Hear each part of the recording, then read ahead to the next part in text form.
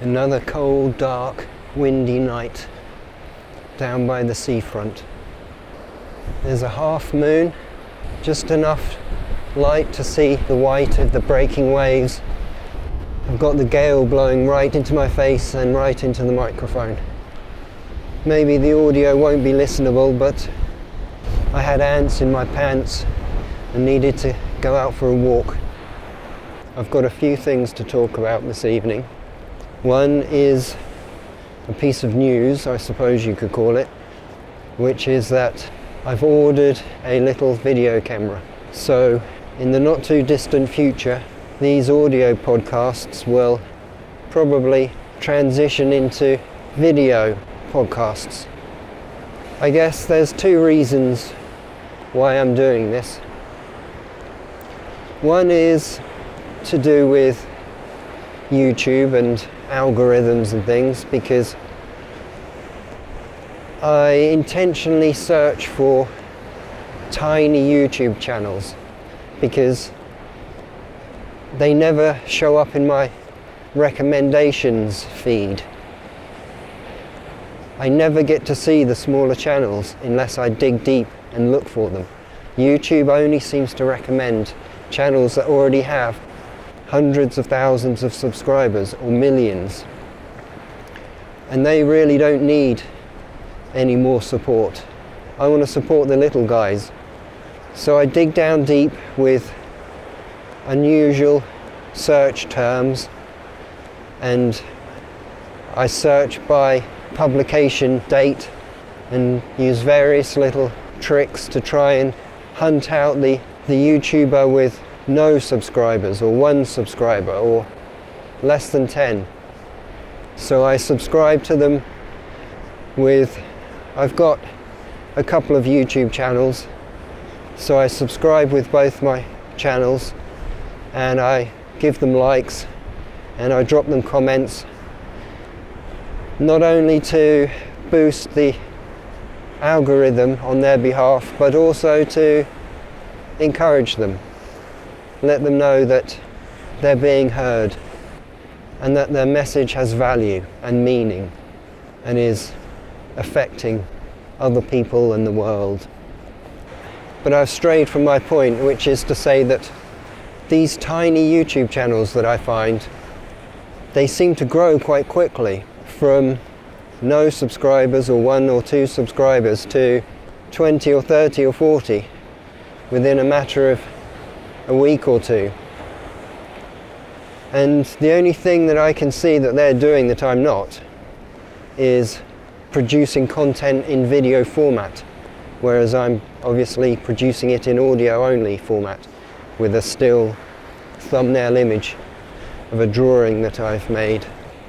And I would like to reach more people and have conversations and interactions with people, collaborations.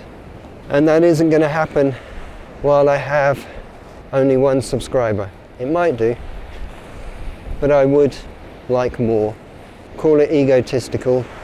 I don't know if it is or if it isn't, but I would just like to have some wider interaction with the universe. So that's one reason why I've decided to switch, or decided to experiment with video format. And another reason is because I find the idea quite nerve-wracking.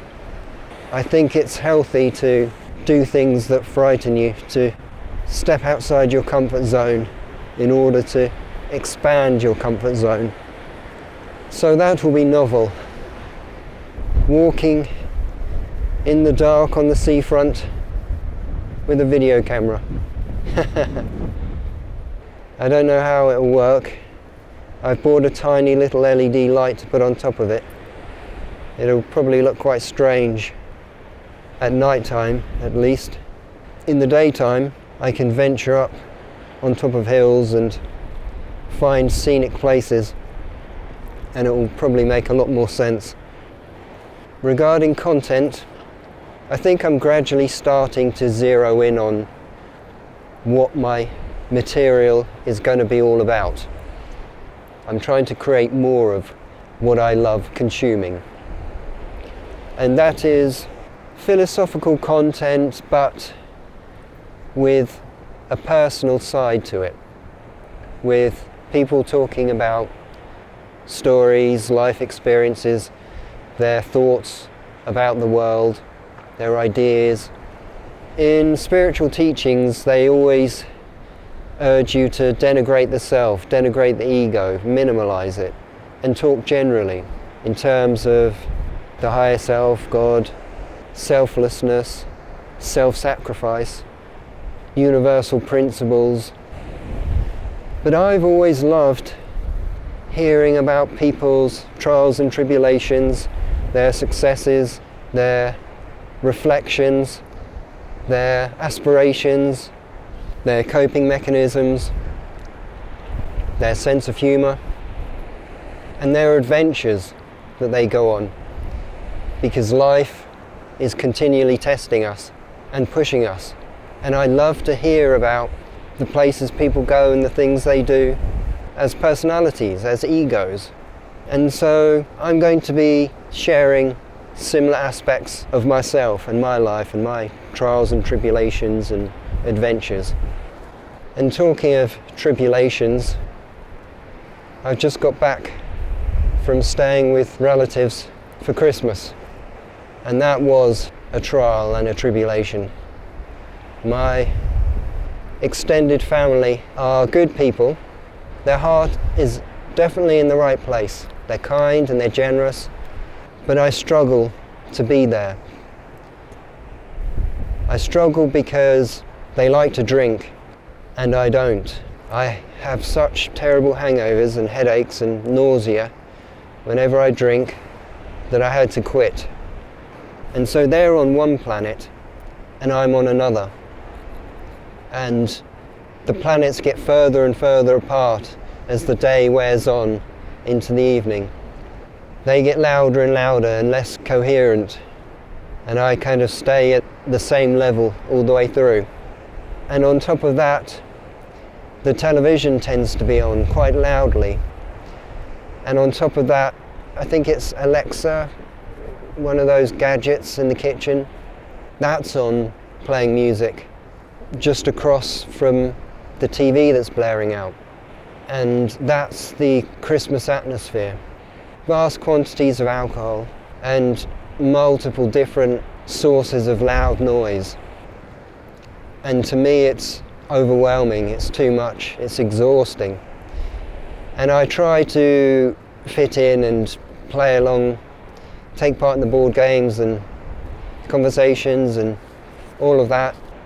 But by the end of the day, I'm shattered. Anyway, thank the Lord, that's over and done with. There's only one other thought that occurred to me to talk about, and that is looking at our life situation, our circumstances. It's easy to feel hard done by and complain and compare ourselves with others and find that we're wanting in success, wealth, possessions, a big house, a nice car, a beautiful partner, children, perfect health, perfectly white, straight teeth, a beautiful physique, whatever it is that we value. But what if our life has been minutely tailored to give us exactly the experiences and the lessons that we asked to learn before we were incarnated? What if all the major incidents and circumstances of our life were prearranged to happen and we've been guided to encounter them because we asked to encounter them, because in fact we orchestrated them ourselves before we were born? And what we are experiencing right now is a school perfectly tailored to our specific wants and needs as a evolving, growing spiritual being. Let's suppose as a thought experiment that that's true.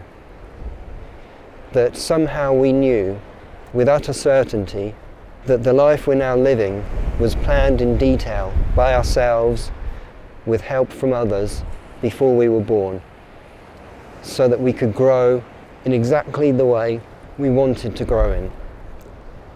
A dog walker just walked by and made me jump. Anyway, as I was saying, so that we could grow in just the way we wanted and needed to grow. How would that change our perspective of our life situation, our life circumstances? I imagine one thing it would do is make us feel much less like a victim, much less like someone who's hard done by, who has been dealt a bad hand in life, much less disempowered. Another thing it might cause us to realize when we look around at different people with different life situations is that we can see some people are born strong and healthy and beautiful to loving, wealthy parents, and they grow up supported and nurtured and encouraged and given all that they need to grow into happy, healthy, successful people. And we can see on the other end of the spectrum people who are born with drug addict parents, health problems, and struggle with poverty. We can see people who have Down syndrome and Asperger's, and people who are paralyzed, people who are blind and deaf. What would that tell you about those people from those two different families? What it would suggest to me is those who have the hardest situation, who have the least money, health, support, are perhaps the most courageous souls. And those who have everything given to them on a plate are playing life on easy mode. It's almost like having a cheat mode in a computer game, where you start off with 1 million gold coins and invincible armor and unstoppable charisma. It's an unlevel playing field. Perhaps their life is a holiday existence where they're not really out to learn and grow. They might have had traumatic, terrible, difficult, challenging lives before, and they've chosen to have one where it's easy and enjoyable and where everything flows. It doesn't necessarily mean they're shallow people. It might just mean that they're having a holiday lifetime, and there's nothing wrong with that.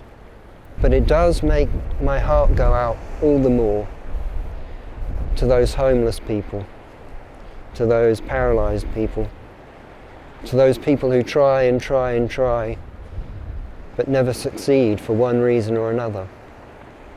And it does make me appreciate what I've got and see all of my limitations not as life dealing me a bad hand, but as a perfectly tailored series of lessons and experiences that give me exactly what I need, exactly when I need it. So it's a gift. It's a very thoughtfully orchestrated gift.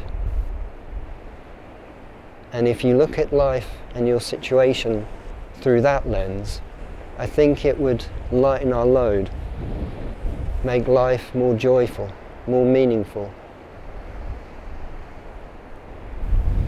I wonder if that dog walker is going to go back home and tell his wife that there was a crazy man talking to himself in the darkness on the seafront.